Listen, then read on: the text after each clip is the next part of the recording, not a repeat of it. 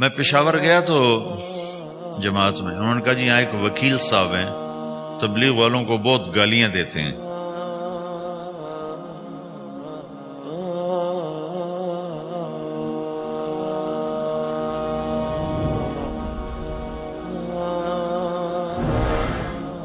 میں پشاور گیا تو جماعت میں انہوں نے کہا جی یہاں ایک وکیل صاحب ہیں، تبلیغ والوں کو بہت گالیاں دیتے ہیں۔ شکل دیکھتے ہی گالیاں دینا شروع کرتے ہیں۔ آپ کے علاقے کے؟ آپ کے علاقے کے؟ میں کہا اچھا ملاؤ۔ پشاور میں رہتا تھا، وکالت کرتا تھا، میرے علاقے کا میاں چنو ایک چھوٹا سا ٹاؤن ہے وہاں کا تھا، میں اس کے قریب تلمبا ایک چھوٹا سا ٹاؤن ہے میں وہاں۔ تو جب ہم ان کے دروازے پر گئے اور نوک کیا تو دروازہ کھلتے ہی انہوں نے وہی کام شروع کر دیا۔ دیکھتے ہی کہا میں نے تمہیں کتنی دفعہ کہا ہے، وہ جو مقامی، کہ تبلیغ والوں کو میرے دروازے پر مت لایا کرو۔ تو اب بتاؤ، میں اگر یہ تبلیغ کے رگڑے نہ لگے ہوتے تو میں تو 2 تھپڑ اس کے منہ پہ مارتا، یا مفتی صاحب کی طرف فتویٰ سناتا تو اسلام سے خارج ہو گیا ہے، توبہ کر۔ میں نے اس سے کہا بھائی میں تو تبلیغی بن کے آپ کے پاس نہیں آیا، میں تو اس لیے آیا ہوں کہ مجھے پتہ چلا کہ آپ میاں چنو کے ہیں اور میں تلمبے کا ہوں، تو میں تو اس لیے آپ کو ملنے آیا ہوں۔ تو ایسے ہوا، اچھا آپ تلمبے کے ہو؟ میں نے کہا تلمبے کا ہوں۔ کہو اچھا اچھا اچھا، بڑی مہربانی، فرمائیے۔ میں نے کہا فرمائیے ایسے تو نہیں ہوگا، گھر بٹھاؤ پھر فرمائیے ہوگا۔ تو اس نے دروازہ کھولا، ہمیں بٹھایا، میں نے کوئی تبلیغ کی بات نہیں کی، چائے وائے پلائی۔ تو میرے والد صاحب اپنے علاقے کے مشہور آدمی تھے، تو جب میں نے اپنا تعارف کرایا تو وہ اور خوش ہو گیا، کہا تو آپ کے باپ کا الیکشن تو میں نے لڑا ہے، انہوں کے لیے ووٹ مانگنا۔ تو ایسا خوش ہو گیا، کھل گیا، چائے پلائی، بات چیت ہوتی رہی۔ تو اٹھتے ہوئے میں نے کہا فلاں مسجد میں ہماری جماعت آئی ہوئی، میں نے کہا چلو آپ کو بتا دوں۔ مغرب کے بیان میں وہ آیا ہوا تھا۔ پھر جتنے دن میں وہاں رہا وہ آتا رہا آتا رہا آتا رہا، میں واپس چلا گیا۔ بیچ میں کئی سال گزر گئے۔ لاہور کیولری گراؤنڈ ایک مشہور جگہ، وہاں میرا بیان تھا۔ جو کرکٹر آئے ہوئے تھے، ان کو ہم نئے سعید انور، انضمام، مشتاق، ان کو ہم قریب کر رہے تھے، اس وقت نئے نئے ان کو قریب کر رہے تھے، تو یہ لوگ آئے ہوئے تھے۔ تو بیان کے بعد ان کو لے کر ہم ایک کمرے میں بیٹھے، اس کمرے کی دیوار شیشے کی تھی، تو لوگ اندر آنے کی کوشش کر رہے تھے، تو ان پہرے والے ان کو روک رہے تھے۔ تو اس میں سے ایک آدمی منہ اوپر کر کے میری طرف سے اشارہ کرے، تو میں نے دیکھا تو ایک آدمی کی بڑی داڑھی، اور وہ مجھے ایسے سے اشارہ کر رہا ہے، میں نے نہیں پہچانا۔ تھوڑی دیر کے بعد میں نے غور سے دیکھا تو وہ وہی وکیل صاحب پشاور والے۔ تو میں نے کہا ان کو اندر بلاؤ، اندر بلاؤ۔ وہ اندر آئے تو میں اٹھ کے ملا، کہنے لگے یہ دیکھو، یہ تمہارا ایک گشت، میرا وقت بھی لگ چکا ہے، بدنوں کا چلہ لگا ہے، یا 3 چلے لگے ہیں۔ تو جو دیکھو نا، آپ میں سے کئی لوگ پھیری لگاتے ہیں، جس کو گجرا پھیری لگاتا ہوں، پھیری۔ میں پہلے سمجھا ہی نہیں، پھیری تو کہتے ہیں چھوٹے جہاز کو جو سمندر میں چلتا ہے، میں سمجھا یہ پھیری لگاتے ہیں، پھیری، اور وہ تو گجراتی میں پھیری کہتے ہیں پھیری کو۔ تو پہلے تو میں چکر کھاتا رہا کہ یہ کیا ہے پھیری، پھیری تو چھوٹے جہاز کو کہتے ہیں، چھوٹا بحری جہاز۔ تو پھر بعد میں کسی نے کہا کہ یہ چل پھر کے سودا بھیجا، اچھا اچھا، پھیری کو پھیری کہہ رہے ہیں، تم خدا کو خدا کر دیتے ہو، خدا کا شکر۔ ایک تو خدا لفظ ہی میں نے پہلے کہا تھا بولنے کا نہیں ہے، ایک اس کو خدا کو خدا کر دیتے ہو، خدا کی قسم۔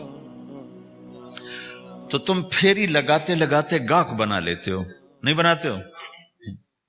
پھیری لگاتے لگاتے تم اپنے گاہک بنا لیتے ہو۔ یہی تبلیغ کا کام ہے کہ پھیری لگاؤ، لوگوں کے در کھٹکھٹاؤ، کوئی لے گا کوئی نہیں لے گا۔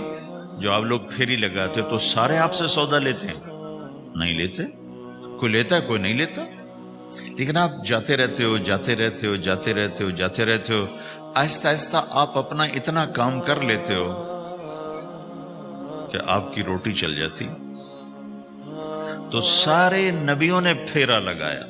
کوئی نبی گھر نہیں بیٹھا کہ میرے پاس کوئی آئے گا تو اسے سکھاؤں گا. ہر نبی نے پھیرا لگایا. اور داؤد علیہ السلام نے ایک دفعہ یہ کیا, ایک بڑا عبادت خانہ بنایا اور اس کی دیواریں اونچی کر دی, اتنی اونچی کہ اندر کوئی جا نہ سکے. اور یہ طے کیا کہ ہفتے میں ایک دن میں کسی سے نہیں ملوں گا, صرف اللہ اللہ کروں گا. ہفتے میں ایک دن. تو وہ پہلا دن تھا, اندر سے تالا لگا دیا اور خود اندر بیٹھ گئے. اور پہلا دن ہے کہ میں آج کسی سے نہیں ملوں گا. تو میرے رب کو یہ بات پسند نہیں آئی کہ نبی کا کام کٹ کے بیٹھنا نہیں ہے, لوگوں میں جانا ہے. تو اللہ تعالیٰ نے انسانی شکل میں 2 فرشتے اندر اتار دیے. اذ تصور المحراب ففزع منهم قال لا تخف خصمان بغى بعضنا على بعض فاحكم بيننا. کہا جی حضرت ہمارا جھگڑا ہو گیا ہے, ہم آپ سے فیصلہ کروانے آئے. تو داؤد علیہ السلام ڈر گئے کہ دروازہ بند ہے, یہ آئے کہاں سے؟ دیوار اتنی اونچی ہے کہ اس کے اوپر سے چھلانگ لگا کبھی اندر نہیں آ سکتے. تو یہ کون ہے, آئی کہاں سے؟ دروازے کو دیکھیں تالا لگا ہوا ہے, دیوار کو دیکھیں اتنی اونچی ہے, تو کون چھلانگ لگا کے اندر آئے گا؟ تو ڈر گئے. تو کہنے لگے جی آپ ڈرے نہیں, ہمارا جھگڑا ہو گیا. کہ کیا جھگڑا ہے؟ کیا جھگڑا ہے؟ کہ ان ھذا اخی لہ 99 نعجہ ولی نعجۃ واحدہ فقال اکفلنیها وعزنی فی الخطاب. یہ میرا بھائی ہے, اس کے پاس 99 بکریاں ہیں, بھیڑیں, 99 بھیڑ ہے, اور میرے پاس ایک ہے. یہ مجھے کہتا ہے ایک بھی مجھے دے دے, میری 100 پوری ہو جائے. تو آپ بتاؤ یہ غلط کر رہا ہے کہ ٹھیک کر رہا ہے؟ اب یہ فیصلہ تو آپ چھوٹے سے بچے سے بھی کروا سکتے ہو, نہیں؟ یہ تو لطیفہ سا بن گیا, داؤد علیہ السلام کے لیے لطیفہ بن گیا کہ ایک آدمی کہتا ہے جو میرے پاس 99 ہے, تیرے پاس ایک ہے, تو ایک مجھے دے دے, میری 100 ہو جائیں. تو داؤد علیہ السلام سوچ میں پڑ گئے یہ چکر کیا ہے. تو ایک دم ان کو خیال آیا کہ اوہ, میرے رب نے مجھے پیغام بھیجا ہے کہ داؤد تجھے بندوں کو دعوت دینے کے لیے بھیجا ہے, مصلی پر بیٹھنے کے لیے نہیں بھیجا. ہاں مصلی پر بیٹھنا ہے, اس کے لیے رات ہے. قم اللیل الا قلیلا نصفہ او انقص منہ قلیلا او زد علیہ ورتل القرآن ترتیلا. چل ومن اللیل فتہجد بہ نافلۃ لک عسیٰ ان یبعثک ربک مقاما محمودا. رات ہے, آ جاؤ. ان ناشئۃ اللیل ہی اشد وطئا واقوم قیلا. آجا آجا, رات بڑی مزے کی چیز ہے, تو اور میں تنہا. فاذا فرغت فانصب والى ربک فارغب. آ جاؤ. تتجافى جنوبهم عن المضاجع يدعون ربهم خوفا وطمعا ومما رزقناهم ينفقون. رات تیری میری, دن میرے بندوں کے لیے. نہیں بیٹھ سکتا, تسبیح پکڑ کے نہیں بیٹھ سکتے ہو. تو اس پر داؤد علیہ السلام سجدے میں گرے. آیت سجدہ ہے اس لیے میں نہیں پڑھتا ہوں. سجدے میں گرے اور کہا یا اللہ معاف کر, یا اللہ معاف کر دے, یا اللہ معاف کر دے. میں نے دروازے بند کر لیے, حالانکہ میں یہ میرے منصب کے خلاف تھا, اس پر اللہ سے معافی مانگی. تو چل کے جانا نبیوں کی صفت ہے, یہی ہماری صفت. اس امت کو یہ کام دیا گیا کہ یہ اوروں کے پاس جا کے اپنا سودا پیش کر, اپنوں کو بھی سنبھالے اور غیروں تک بھی پہنچے. نہیں سنتے پھر جاؤ, نہیں سنتے پھر جاؤ, کیونکہ دلوں کا پھیرنا اللہ کے ہاتھ میں ہے. تیرے ذمہ آواز لگانا ہے. اللہ تعالیٰ نے تقسیم کر دی. قم اللیل الا قلیلا, رات اللہ کے پاس آ جا. دن میں کیا کر, ان لک فی النہار سبحا طویلا, تیرا دن میں کام بہت زیادہ ہے. سبحا طویلا, دعوت کے کام کو تیرنے سے تشبیہ دی ہے. سبح تیرنے کو کہتے. اللہ کے نبی کا ایک گھوڑا تھا جس کا نام تھا سبحہ، میں نے بتایا تھا پہلے دن. وہ اتنا تیز چلتا تھا جیسے تیر رہی ہو، اس لیے اللہ کے نبی نے خود اس کا نام سبحہ رکھا تھا، تیرنے والا.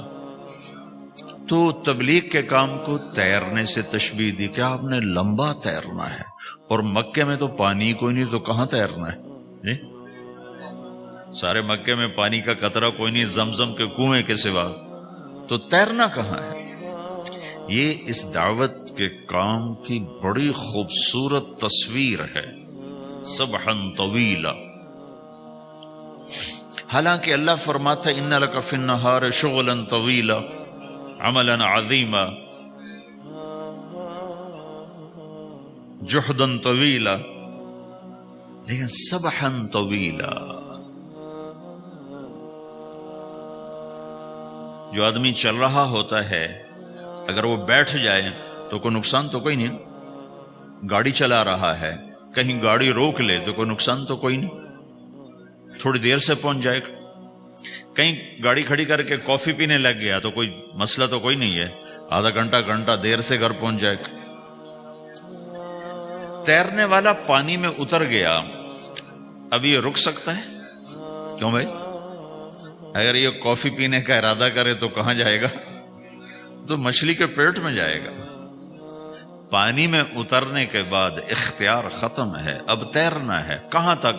دوسرا کنارہ جب تک ہاتھ میں نہیں آتا تیرنا ہے، سبحا طویلا. جب تک آخرت کا کنارہ ہاتھ میں نہیں آتا، اے میرے نبی تجھے دعوت کا کام کرتے ہی رہنا ہے، کرتے ہی رہنا ہے، کرتے ہی رہنا ہے، تیری چھٹی کوئی نہیں. سبحا میں یہ اشارہ تھا کہ چھٹی کوئی نہیں، یہ موت تک کا کام ہے. وَاعْبُدْ رَبَّكَ حَتَّى يَأْتِيَكَ الْيَقِينُ. ہائے ہائے، جب یہ آیت اتری یا ایھا المدثر قم فانذر وربک فکبر، اے میرے محبوب اٹھ جا، اٹھ جا، میرا پیغام سنا. تو لیٹا ہوا ہے. تو اس پر آپ نے کہا خدیجہ انقطع ایام النوم والراحہ، میرے آرام کے دن چلے گئے، میرے سونے کے دن چلے گئے. میرے رب نے مجھے کہا ہے اٹھ جا اور میرا پیغام سنا. تو اس وقت تو کوئی جاننے والا نہیں تھا، تو پہلے آپ چپ کے بات فرما رہے تھے، پھر اللہ نے کہا کھل کے کہہ. تو پھر آپ نے کہا میں خدیجہ میں کس کو کہوں، میری کون سنے گا؟ من ادعو من یستجیب. تو حضرت خدیجہ نے عرض کی یا رسول اللہ آپ دعوت دینے میں پہل کریں، میں لبیک کہنے میں پہل کرتی ہوں. تو بھائیو، دعوت ہمارا سرمایہ ہے. دعوت سے ایمان بنتا ہے، ایمان سے عمل بنتا ہے.